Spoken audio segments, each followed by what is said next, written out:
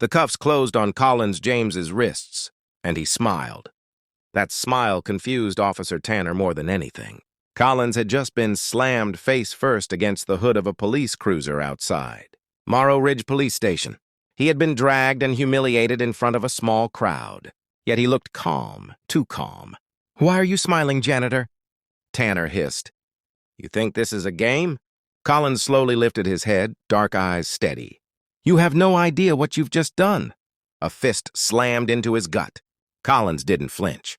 People nearby started recording. They knew injustice when they saw it. They had seen Collins push a mop and carry cleaning buckets around town for years. He was quiet, respectful, invisible, the kind of person you underestimate until it's too late. Inside the small-town police station, Tanner shoved Collins into a chair. "No lawyer," Tanner snapped. "No phone call," Officer Drew added. "No rights for criminals," Officer Boone smirked. "What exactly am I being charged with?" Collins asked, voice low but controlled. "Murder," Tanner said. "A man was found dead last night, shot twice. And guess what we found in your closet? A gun with your fingerprints." Collins stared into their eyes. "That's impossible." "Search warrant," Drew grinned. Judge signed it. "We found the weapon in your rented storage unit, alongside $80,000 cash. Looks like motive to me." "That storage unit isn't mine," Collins replied. "That's what they all say." Tanner leaned in close. "Let me explain how this goes. People like you," he paused, letting the racist poison drip into the air, "don't get trials here. They get taught lessons." The room shifted colder. "You planted that evidence," Collins said quietly. "You're covering something up." Tanner smirked. "And who's gonna believe a janitor?" "If you're still watching, don't go anywhere. Like and subscribe, because what happens next changes everything." Boone grabbed Collins' shirt. "You're going away forever. Might even disappear and transfer." "Do you know who I am?" Collins asked. "Yeah," Tanner laughed. "You're nobody." A beat passed. Then Collins spoke clearly, like a switch flipping. "Room is live." "We're green." The cops froze. "What did you just say?" Collins looked straight at the one-way mirror.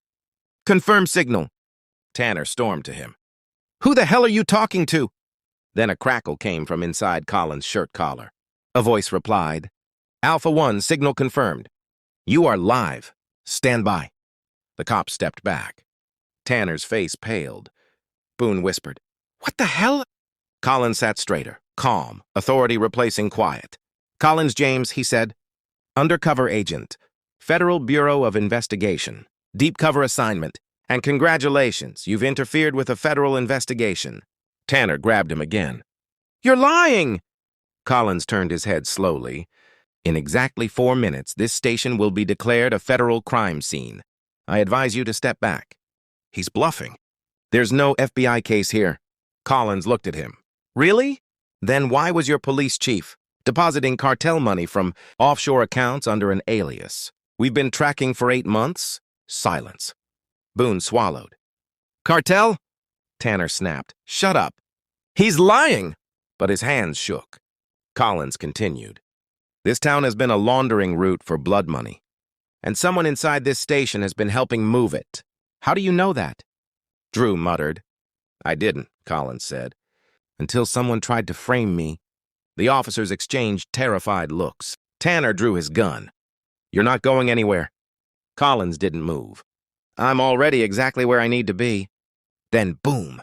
The entire front entrance exploded inward, shattered glass everywhere. Screams, chaos. A storm of FBI tactical agents flooded in. Helmets, rifles, black vests marked FBI. "Federal warrant, everyone hands visible." Boone tried to reach for his weapon. 3 agents tackled him instantly. Drew ran for the back exit, blocked. Slammed to the ground. Tanner stood frozen, gun still raised. A red sniper laser dot hovered over his chest. "Drop it!"